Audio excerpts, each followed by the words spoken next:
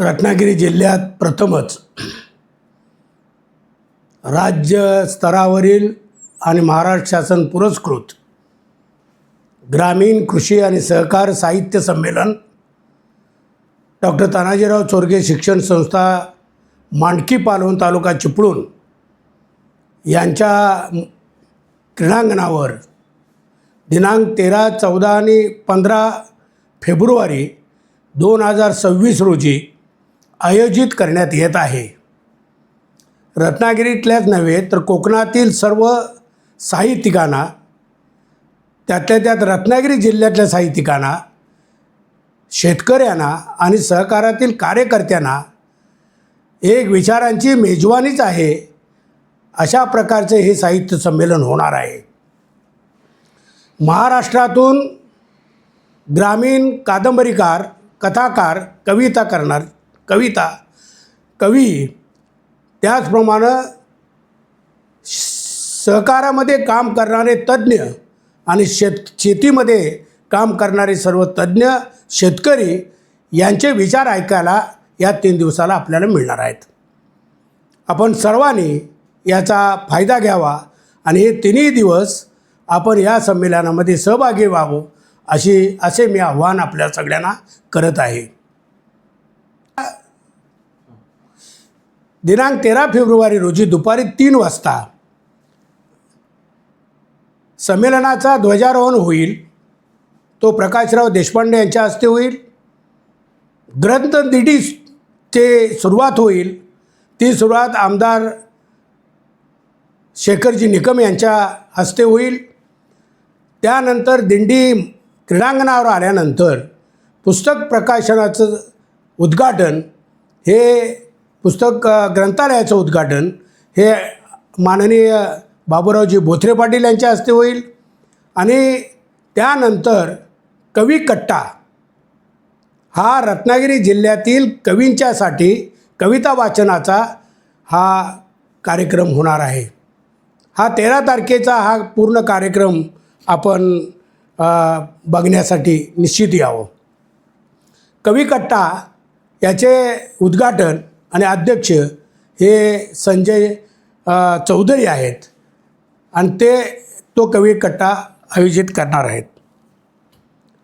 दिनांक 14 फेब्रुवारी रोजी सकाळी 10 वाजता संमेलनाचं उद्घाटन होईल.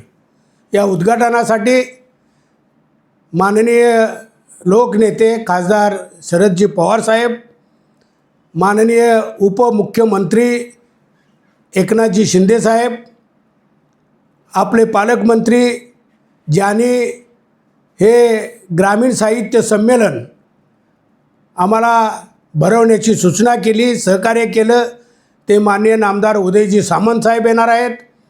त्याचप्रमाणे ख्यातनाम साहित्यिक डॉक्टर सदानंदजी मोरे हे प्रमुख वक्ते म्हणून या कार्यक्रमाला उपस्थित राहणार आहेत. माननीय नामदार योगेशजी कदम उपस्थित राहणार आहेत. माननीय खासदार नारायणराव राणे साहेब आणि माननीय खासदार सुनीलजी तटकरे साहेब हेही या कार्यक्रमाला उपस्थित राहणार आहेत. त्याचप्रमाणे या कार्यक्रमासाठी माननीय आमदार भास्करराव जाधव, माननीय आमदार शेखरजी निकम, माननीय आमदार किरणजी सामंत, माननीय आमदार डावखरे साहेब, माननीय आमदार म्हात्रे साहेब हे सर्व आमदार या कार्यक्रमासाठी उपस्थित राहून सर्व कार्यक्रमाला शुभेच्छा देणार आहेत. या कार्यक्रमामध्ये पहिलं सत्र होणार आहे की ग्रामीण साहित्यातील कोकण. हा सकाळी साधारणतः 12 वाजता हा परिसंवाद सुरुवात होईल. याचे अध्यक्ष आहेत सागरजी देशपांडे. दुसरं सत्र आहे ग्रामीण साहित्य काल, आज आणि उद्या. याचे अध्यक्ष आहेत डॉक्टर राजनजी गवस.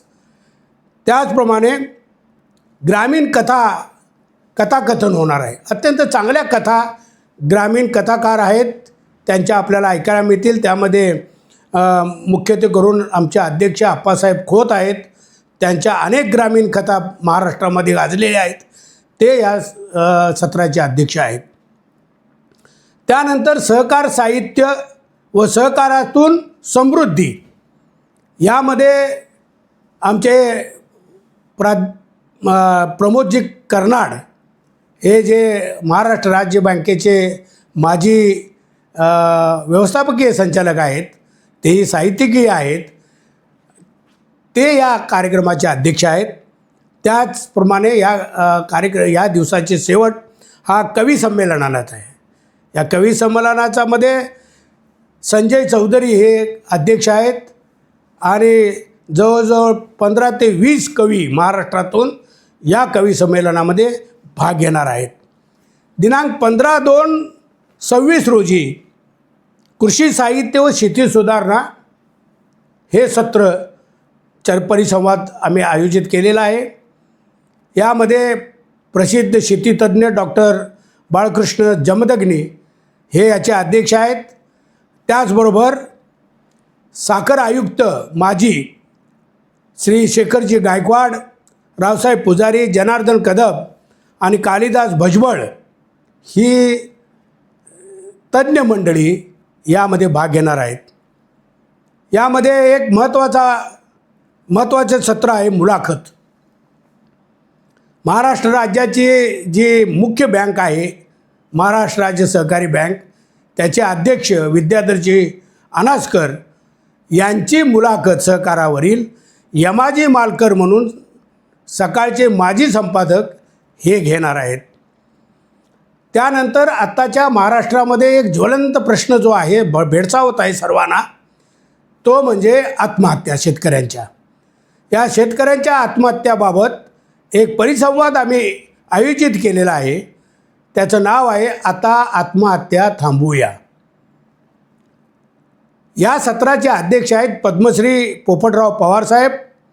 यामध्ये भाग घेणारे आहेत पंजाबराव कृषी विद्यापीठाचे कुलगुरू डॉक्टर शरद गडाख, शेतकरी संघटनेचे नेते पाशा पटेल, शेतकरी संघटनेचे नेते जालंधर पाटील आणि इत्यादी यामध्ये भाग घेणारे सगळे कार्यकर्ते आहेत.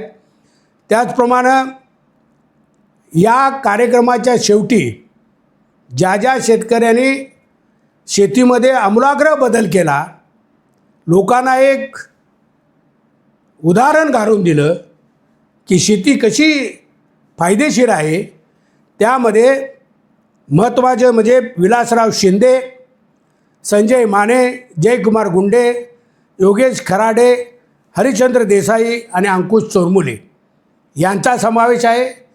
विलास शिंदे यांनी सह्याद्री प्रॉडक्ट म्हणून एक संस्था स्थापन करून शून्यातून आता जवळजवळ 10,000 कोटी रुपयांचे एक्सपोर्ट ते शेतीमध्ये करतात. संजय माने यांनी ऊसामध्ये विक्रमी उत्पादन काढून एक आदर्श निर्माण करून दिला आहे. सरकारने त्याला कृषीभूषण अवॉर्ड दिलेला आहे. जयकुमार गुंडे यांनीसुद्धा कडधान्यामध्ये अतिशय चांगलं काम केलेलं आहे. दूध व्यवसायामध्ये योगेश खराडे यांनी अत्यंत महत्त्वाची कामगिरी बजावलेली आहे. आपल्या लांज्याचे हरिश्चंद्र देसाई यांनी शेकडो जातीचे फणसाची लागवड केलेली आहे. आणि डॉक्टर अंकुश चोरमुले हे सध्या जे AI म्हणजे आर्टिफिशियल इंटेलिजन्स म्हणजे कृत्रिम बुद्धिमत्ता, यामध्ये शेतीमध्येही कृत्रिम बुद्धिमत्ता कशी वापरता येईल याबद्दल मार्गदर्शन करण्याकरिता शेतकऱ्यांना ते येत आहेत. या सर्व जवळजवळ 100 चांगले कार्यकर्ते प्रत्येक क्षेत्रातले ग्रामीण, कृषी आणि सहकार यातले आपल्याला मार्गदर्शन करणार आहे. त्यांचे विचार ऐकवायला आपल्याला येणार आहे. त्या संधीचा तुम्ही फायदा घ्यावा. समारोपाच्या कार्यक्रमासाठी माननीय मुख्यमंत्री माननीय नामदार देवेंद्रजी फडणवीस साहेब येणार आहेत. आणि या कार्यक्रमाला मुख्य वक्ते म्हणून माननीय मिलिंदजी जोशी, मसापचे कार्याध्यक्ष आणि महाराष्ट्र मराठी संस्कृती महामंडळाचे अध्यक्ष हे सुद्धा येणार आहेत. त्याचबरोबर सुनीलजी तटकरी साहेब येणार आहेत. आम्ही माननीय कैलासवासी अजितदादा पवार साहेबांना येण्यासाठी विनंती केली होती. त्यांनी येण्याचं मान्य केलं होतं, पण दुर्दैवानं त्यांचं विमानामध्ये दुःखद निधन झालं, त्यामुळे ते येऊ शकत नाहीत. तरीसुद्धा त्याने आम्हाला सांगितलं होतं की हा कार्यक्रम जरूर करा आणि मी निश्चित येणार आहे. तरी पण त्यांच्या शुभेच्छा आपल्या पाठीच्या आहेत.